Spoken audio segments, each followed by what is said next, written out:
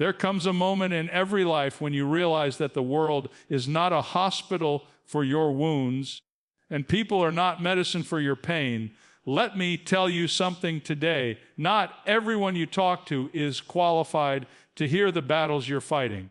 Not every shoulder you cry on was meant to carry the weight of your sorrow. And sometimes the very people you trust with your story are the ones who will mishandle it the most. Have you ever opened your heart to someone only to walk away feeling more empty than when you arrived? Have you ever shared your struggle and later discovered it became a topic of conversation instead of a call to prayer?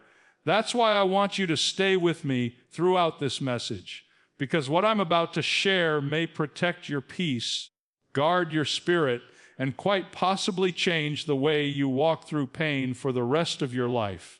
You see, there's a sacredness to your suffering. Your pain isn't random. It isn't meaningless.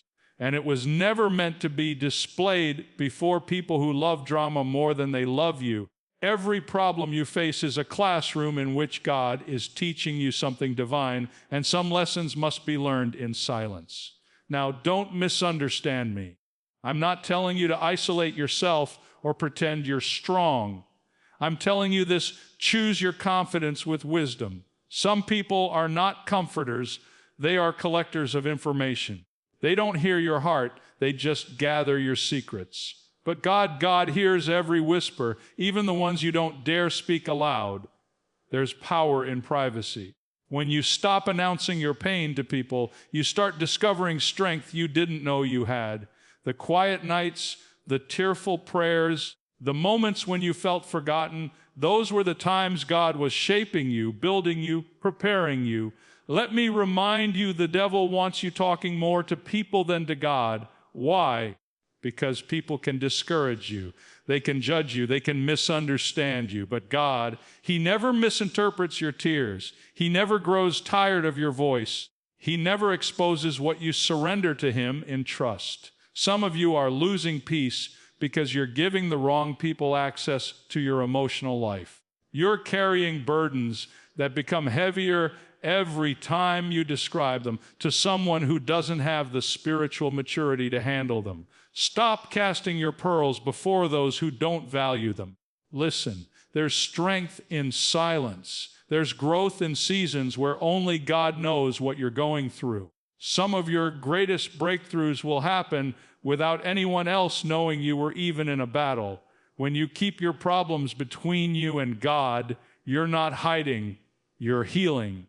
You're not pretending, you're protecting. You're not being cold, you're being wise. And here's the truth: your victory will speak louder than your explanation ever could. Let people see the testimony, not the tears. Let them witness the triumph, not the turmoil. Because when God lifts you, when He restores you, when He turns your story into strength, those same people will marvel at the transformation they never saw coming. So don't tell everyone your problems.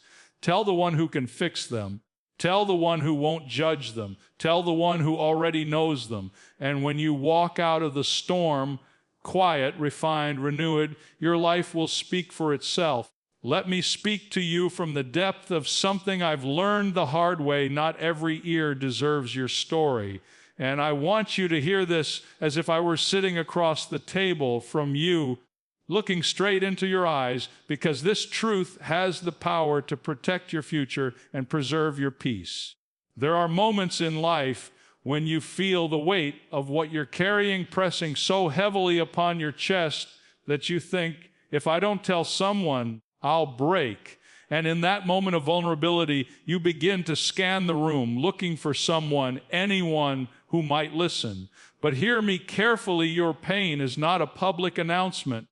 Your struggle is not a community project. Your heart is not meant to be handled by untrained hands. I've seen people share their deepest wounds with those who were never meant to hear them. And instead of leaving lighter, they walked away bruised. Instead of healing, they felt more broken. Why? Because they placed their story in the hands of someone who did not have the compassion, the maturity, or the spiritual depth to handle it. Not every listener is a lifter. Some are simply collectors of information. Some listen with curiosity, not compassion. Some lean in to hear your weakness, not to strengthen you, but to spread what they've gathered. And while you thought you were sharing a burden, they were gathering a detail. You thought you were releasing pain, but they were storing a story. That's why I tell you, guard your heart, guard your story, guard the sacredness of what you are carrying. You may not realize it now, but your pain is holy ground. Your tears are not to be poured out before anyone who just happens to be nearby. There is value in what you've endured, and not everyone has earned the right to hear how you survived. Picture this: you're holding a fragile piece of glass, precious and irreplaceable. Would you hand it to someone whose hands are careless, loose, or distracted? Of course not. Yet so many hand over the fragile pieces of their soul to people who have no intention of treating them with care. And then we wonder why we feel shattered.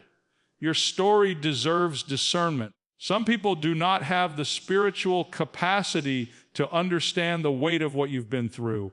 They may sympathize, but they will not understand. They may listen, but they will not lift. They may nod their heads, but they will not hold your heart. You must learn to ask yourself, is this person capable of carrying what I'm about to share? If the answer is unclear, the wisdom is simple: hold your story close. Because the moment you share your heart with someone unprepared, you risk turning your pain into their entertainment. And let me tell you something powerful: there is strength in silence. There is protection in privacy. There is safety in knowing that the most vulnerable parts of you are not lying open for the world to poke, prod, and discuss. When you choose wisely who hears your story, you protect not only your emotions, you protect your destiny. Not every ear is worthy of your wounds. Not every person is worthy of the trust your heart carries. Some conversations are meant only for God, and some stories are meant for the future, not the present. Because when the time is right and the audience is right, your story will strengthen, not weaken. It will lift, not break. It will inspire, not expose. So hold your story with honor. It is far too precious to place in careless hands. Let me speak to you with absolute clarity today, because this truth has the power to reshape the way you handle every hardship you face. Every time you repeat your troubles, you relive them. And if you're not careful, the very act of talking about your pain can keep you trapped in it. I want you to lean in and hear this with your heart. Sharing too much can weaken your inner strength. You see, there is something powerful, something sacred about the battles you fight within the quiet corners of your soul.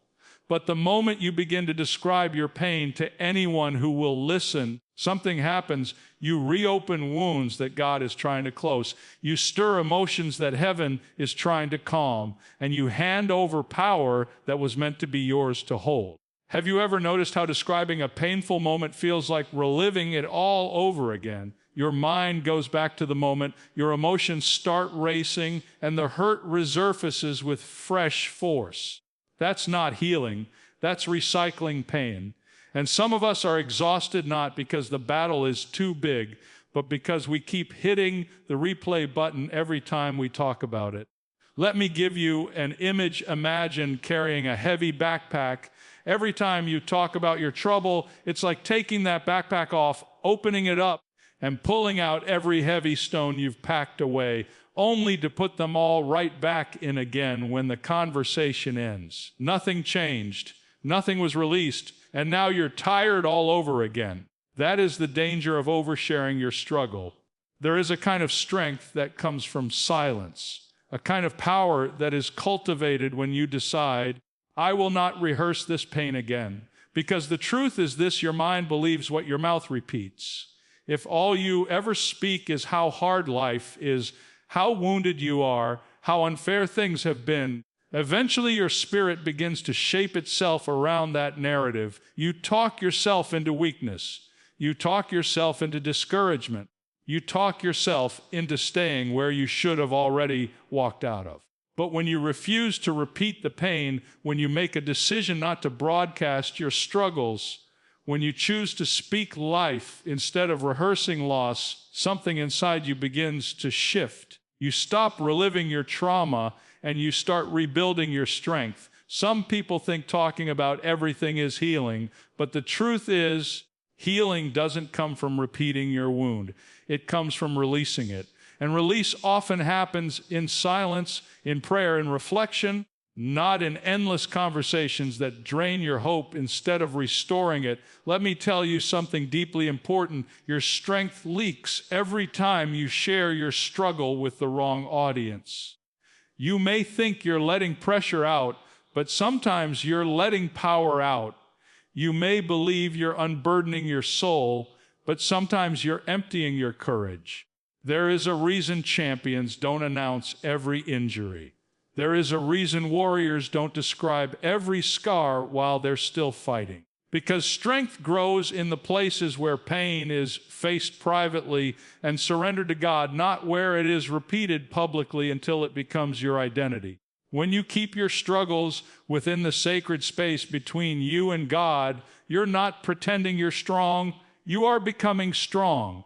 When you stop telling everyone about every hurt, you're not hiding, you're healing. When you choose silence over oversharing, you're not closing your heart, you're protecting your spirit. So guard your strength, guard your words, guard the precious power inside you. Because the more you speak about your problems, the more those problems settle into your spirit. And the more you choose to hold them quietly before God, the more He strengthens you to rise above them.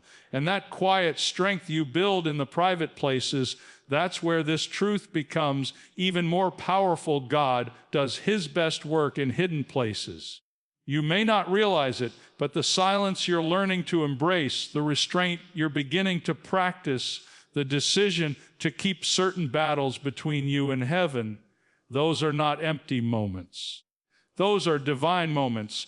They are the places where God whispers, "Let me handle what you cannot explain." You see, when you stop rehearsing your pain in front of people, you create room for God to work without interruption. Some of the greatest miracles He performs are done behind curtains, not on public stages. He shapes character in secrecy. He restores hearts in silence. He strengthens faith in solitude. And when you stop announcing every hurt, heaven begins arranging every healing. There are battles designed specifically for your quiet seasons. There are victories that can only be born when no one else is watching. Some breakthroughs require a sacred privacy because God intends for the testimony, not the process, to be the part people see. He doesn't want the world to applaud your struggle. He wants the world to witness your victory. Think about a seed. When it is planted, it disappears into darkness. No one sees it. No one celebrates it. No one claps for the pressure it endures beneath the soil. But that hidden place is exactly where transformation begins. And if the seed were dug up too soon, if someone were to expose what God buried, growth would stop instantly. That's exactly how your life works. There are seasons where God plants you in places that look like silence, feel like isolation, and appear like nothing is happening. But underneath the surface, He is strengthening roots, rebuilding foundations, restoring what was broken, and preparing you for a level of growth that must begin away from eyes that would judge what they don't understand. People might ask you, "Why are you quiet these days? Why aren't you telling anyone what you're going through?" And they won't understand that you are in a divine incubation period.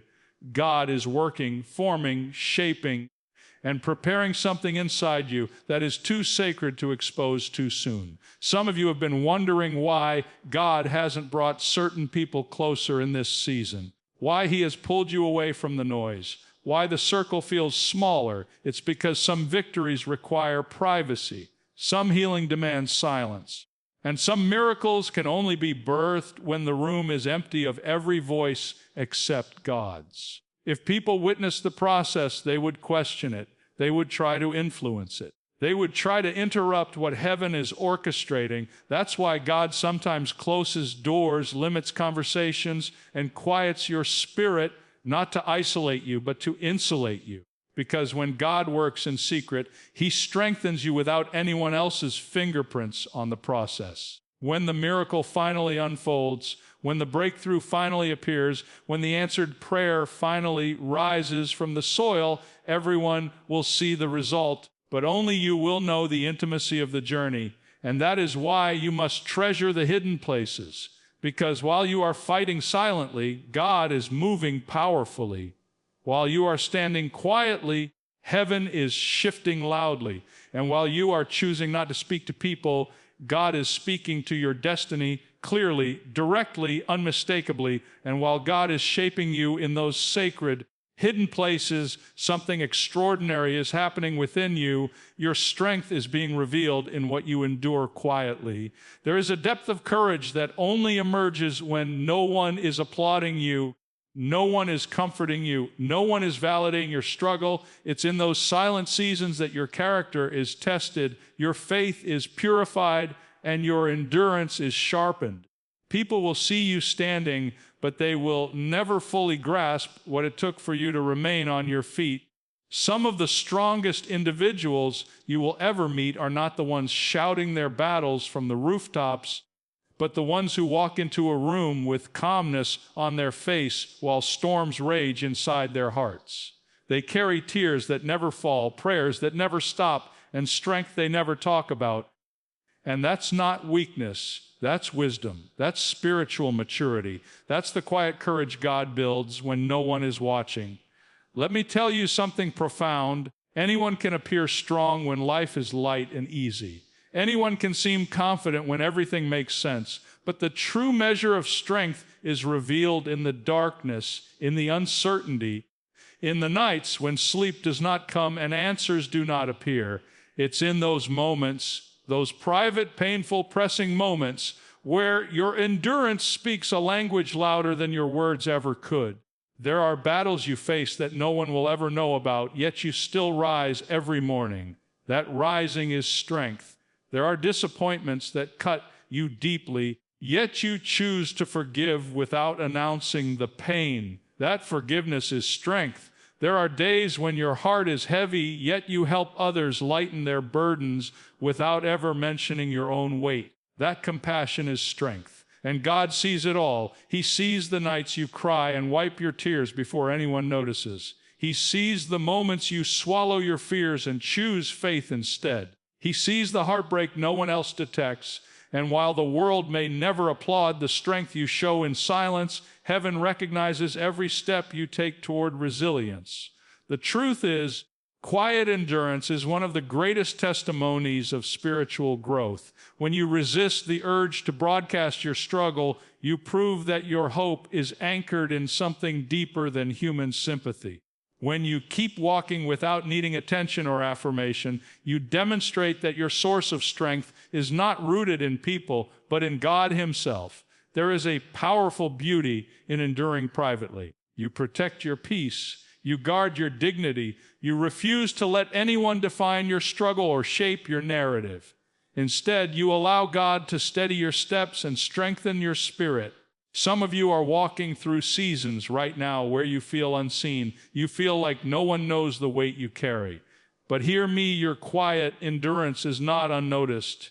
It is not wasted. It is not insignificant. It is shaping you into someone who can withstand pressure, who can weather storms, who can rise without needing recognition. Your strength is not proven by how loudly you cry out, but by how faithfully you keep moving when no one hears your cry. Your courage is not measured by your ability to describe your pain, but by your decision not to let that pain stop you. And your maturity is revealed in your ability to continue loving, serving, giving, and believing, even when life has given you every reason to walk away.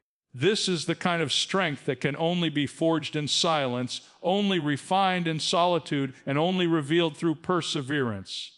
And it's the strength that sets you apart, the strength that prepares you for greater battles, greater responsibilities, and greater victories, ones you will step into with a quiet confidence shaped by every unseen moment you endured.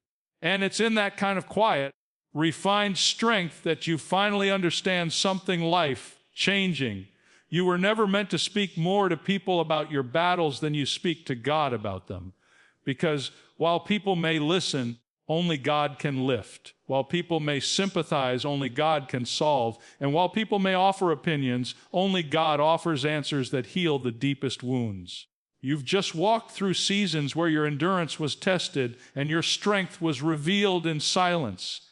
Now let me tell you what that silence is truly for. It is meant to draw you into deeper conversation with the one who already knows every detail you're trying so hard to explain to others. People can hear the words you speak, but God hears the thoughts you don't even know how to form. He reads the H behind your silence. He interprets the trembling in your voice. He understands the weight you carry without you having to rehearse the story again and again. There comes a moment when you realize that pouring out your heart to others leaves you feeling drained, but pouring out your heart to God leaves you feeling strengthened. Humans can offer comfort, but they cannot offer restoration. They can listen, but they cannot transform. They can hug you, but they cannot heal you. Yet there is one who can take your whispered prayer and turn it into courage, who can take your private tears and convert them into wisdom, who can take your silent battles and turn them into testimonies of victory. You see, the more you talk to people about your problems, the smaller God seems in your situation. But the more you talk to God about your problems, the smaller your problems become in His presence. That is the power of divine conversation. That is the power of shifting from explaining to surrendering. Some of you have been stretched thin because you've been talking to the wrong audience. You've been seeking clarity from people who are just as confused. You've been asking for comfort from people who are broken themselves. You've been searching for direction from people who are still wandering in their own wilderness. No wonder your heart feels unsettled. No wonder your spirit feels restless. You've been knocking on doors that cannot open what you need. But when you close those doors and step into the quiet place where only God waits for you, something extraordinary happens. You begin to hear Him, not through thunder, not through earthquakes, not through the noise of the world, but through a still, gentle whisper that speaks directly to your soul. A whisper that says, I am here. I am listening. I am working. In that sacred conversation, you discover that God never tires of your voice. People may grow weary of your stories. They may shift in their seat, glance at the clock, or change the subject. But God, He leans in. He invites you to speak. He welcomes your tears. He absorbs your fears. He carries your questions. And He answers in ways no human ever could. This is why your silence with people matters. It's not about hiding. It's about redirecting. It's not about isolation. It's about intimacy with God. It's not about being strong on your own. It's about drawing strength from the one who never runs out of it. When you speak less to people and more to God, you stop seeking sympathy and start receiving strategy. You stop chasing validation and start embracing revelation. You stop clinging to human advice and start walking in divine wisdom. And suddenly, the battles that once felt overwhelming begin to lose their power, not because they changed, but because the one you brought them to changed you. This is where your real healing begins, not in the ears of others, but in the presence of God.